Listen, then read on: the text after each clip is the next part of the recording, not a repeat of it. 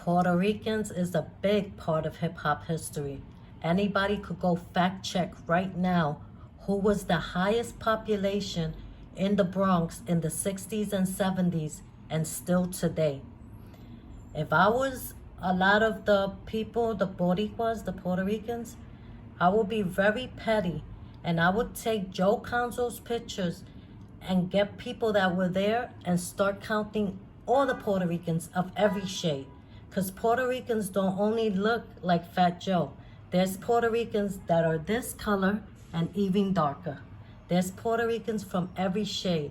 You will always find Boricuas, which people call Puerto Ricans today, in every shade. You will find them very white, and you will also find them very dark.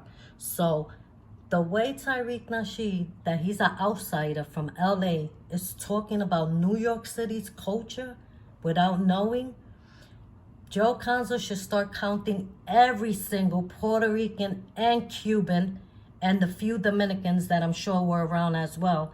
And I bet there will be probably even a higher population. So he shouldn't even be trying to discredit Puerto Ricans when it was the Puerto Ricans, B-boys, that took hip-hop around the world. If you really about facts, if you really about the truth, and you really about respect, you will understand that if it wasn't for the B-boys, nobody will be talking about hip-hop today because nobody wanted the music. And I see where it is today.